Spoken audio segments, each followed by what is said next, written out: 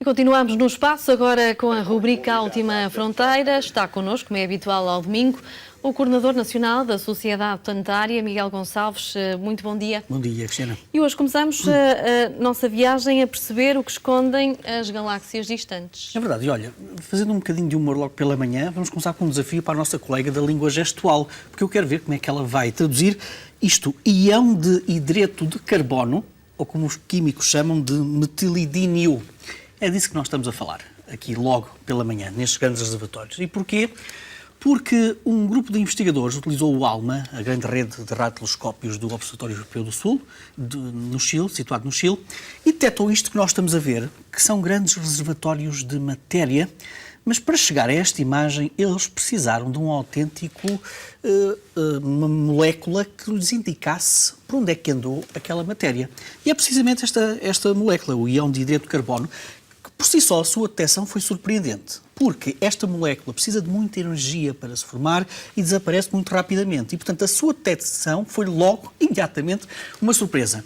Mas deu muito jeito aos astrónomos, porque eles conseguiram detectar esta molécula em 5 de 6 galáxias que eles observaram, galáxias muito distantes, e galáxias que têm uma grande formação de estrelas. Portanto, estão repletas de maternidades de estrelas.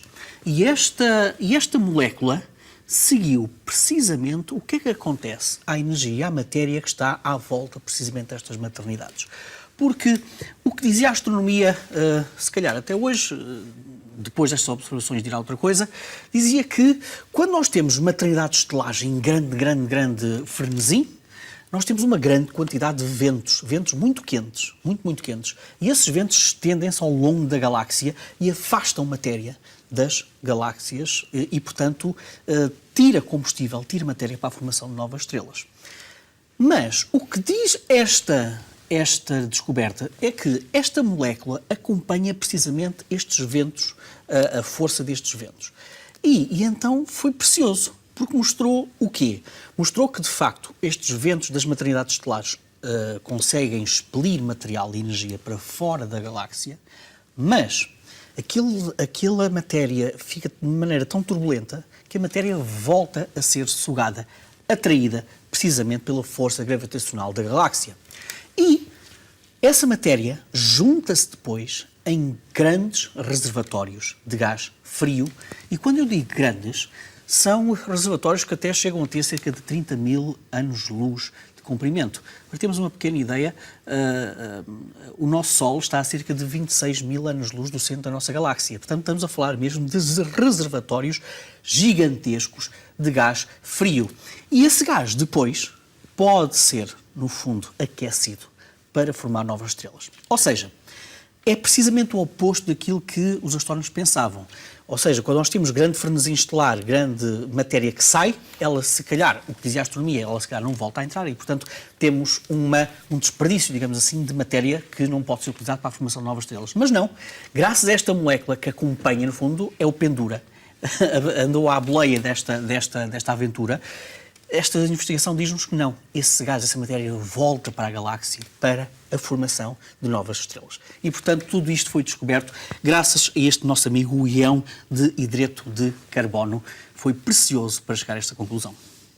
E agora, 2 enigmas históricos astronómicos, a nova e também o cometa perdidos na história, no tempo e no espaço. É verdade. Olha, nós começamos com uma história que nos leva até ao dia 11 de março de 1437, imagina tu. Nesse dia, astrónomos coreanos escreveram nos registros veritários do reino do rei Seung, um dos mais poderosos reis do Império Coreano na altura, registaram o aparecimento, dizem eles, de uma nova estrela. E que seria ali para as zonas da constelação de Escorpião. Hoje a astronomia sabe que não foi uma nova estrela. O que os astrónomos coreanos registaram na altura foi aquilo que eles chamam uma nova clássica. Isto é, nós estamos a falar de um sistema binário, 2 estrelas, e em que uma das estrelas, neste caso uma anã branca, consegue ir buscar matéria à outra estrela que orbita. E, portanto, à medida que vai sugando matéria da estrela companheira, aquela matéria tende-se a juntar ali perto da superfície da anã branca. Até que chega uma altura em que há um desequilíbrio e assistimos a uma explosão. uma explosão precisamente provocada por essa interação gravitacional e de matéria entre as duas estrelas. E, portanto, foi isto que foi detectado pelos astrónomos coreanos. E um grupo de investigadores, há mais de 30 anos, que andava à caça desta nova, autenticamente. Naquela altura, na altura histórica deste registro, esta nova foi vista durante 14 dias. Conseguiu-se assistir durante 14 dias à força desta explosão. E agora, o que é que fez este grupo de astrónomos? Recolheu observações recentes e também foi à procura de observações daquela zona em observações que já estão guardadas e foram feitas sobretudo pelo Observatório de Harvard. Então o que é que eles descobriram? Eles descobriram, Cristiana, a localização exata de onde se deu esta nova. Não estava no sítio onde os registros históricos diziam, às vezes estas interpretações são muito difíceis de fazer. Estava num outro local, mais afastado, na cauda mesmo da constelação do Escorpião e eis então a identificação do local da nova. Porquê é que isto é importante? Porque os astrónomos depois foram ver os registros das observações ali daquela zona e descobriram algo interessante que bate certo com a teoria sobre este tipo de explosões. Descobriram que nas décadas de 30 e 40, naquela zona, foram também detectadas outras explosões um bocadinho mais discretas, as chamadas anãs, novas anãs. Ou seja, são explosões mais pequeninas, precisamente devido ao mesmo efeito. E, portanto, isto ajuda a explicar e ajuda a perceber que, quando nós temos uma nova clássica, ou seja, uma grande explosão provocada pela esta interação gravitacional e de matéria entre duas estrelas, podem-se seguir outras explosões de menor dimensão. Os astrónomos chegaram a isto de uma maneira muito simples. É que eles encontraram naquela zona uma concha de detritos, uma grande concha de detritos, associada precisamente à primeira explosão, àquela registada pelos astrónomos coreanos em 1487. Portanto, foi descoberta a nova desaparecida. Mas olha, sobre desaparecimentos ou aparecimentos, a outra história leva-nos até 1956, quando um grupo de investigadores japoneses, pela primeira vez, fez uma visita, uma investigação científica à Antártica, no Oceano Índico, e nessa altura, em 1956, conseguiu, 5 de dezembro de 56, teve um autêntico fogo de artifício nos céus. O que é que era este fogo de artifício? Foi uma chuva de meteoros, cujo radiante, ou seja, pareciam partir da constelação de Fênix, como estamos a ver nesta imagem, as fenixídeas, e então ficaram absolutamente maravilhados, Cristiana. Tão maravilhados que no ano seguinte, esperavam pela mesma altura para ver, não aconteceu nada. Não apareceu nenhum fogo de artifício. Isto não joga bem com as teorias que nós conhecemos, que diz que nós temos chuvas de meteoros frequentes. Nós conhecemos ao longo dos anos e sabemos de onde é que partem, quais são os pais, digamos assim, dessas chuvas de meteoros, que estão associados a poeiras que são deixadas pelas caudas dos cometas. Pois, mas é que nos anos seguintes esta chuva de meteoros não apareceu. E isso levou a que um grupo de investigadores pensasse o que é que terá acontecido a isto. E então é engraçado que eles encontraram, porque não encontraram sequer um cometa associado a esta chuva de meteoros.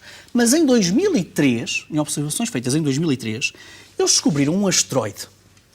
Um asteroide que movia-se mais ou menos na mesma rota de um cometa conhecido, o cometa Plantain. E aí então, os estudos posteriores feitos àquele asteroide diziam que, é engraçado, este asteroide era o cometa. Era precisamente o cometa Plantain.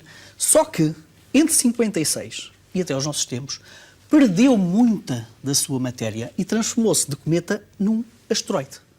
Autenticamente. E, portanto, temos aqui, no fundo, a indicação de porque é que desapareceram, entretanto, aquela chuva de meteoros. Mas uma coisa interessante no meio desta história toda é que estes investigadores fizeram o cálculo da órbita e fizeram mais detecções de outros detritos associados a este cometa, que depois passou o asteroide, e disseram o seguinte: a 1 de dezembro de 2014, provavelmente nós vamos passar por uma zona ainda associados a detritos deste cometa. Então, este grupo de investigadores foi para Espanha, para Las Palmas, e foi para território americano para fazer a observação. E encontraram precisamente alguns meteoros associados ao defunto cometa Plantain. Pormenor delicioso no meio desta história toda. Os investigadores levaram, nesta investigação em 2014, um senhor chamado Yunki Nakamura, com 91 anos, e que esteve presente em 1956 quando viu esta chuva de meteoros. Miguel, temos agora um minuto para terminar com música, uma sinfonia saturniana. Muito bem, rapidamente. Russo, Tamagaio e Santa Guida são astrónomos, mas também gostam muito de música. E então encontraram nas ressonâncias orbitais das 6 luas internas de Saturno e nos seus anéis, encontraram uma maneira de fazer música. Atribuíram notas musicais, subiram a frequência 23 oitavas e temos isto.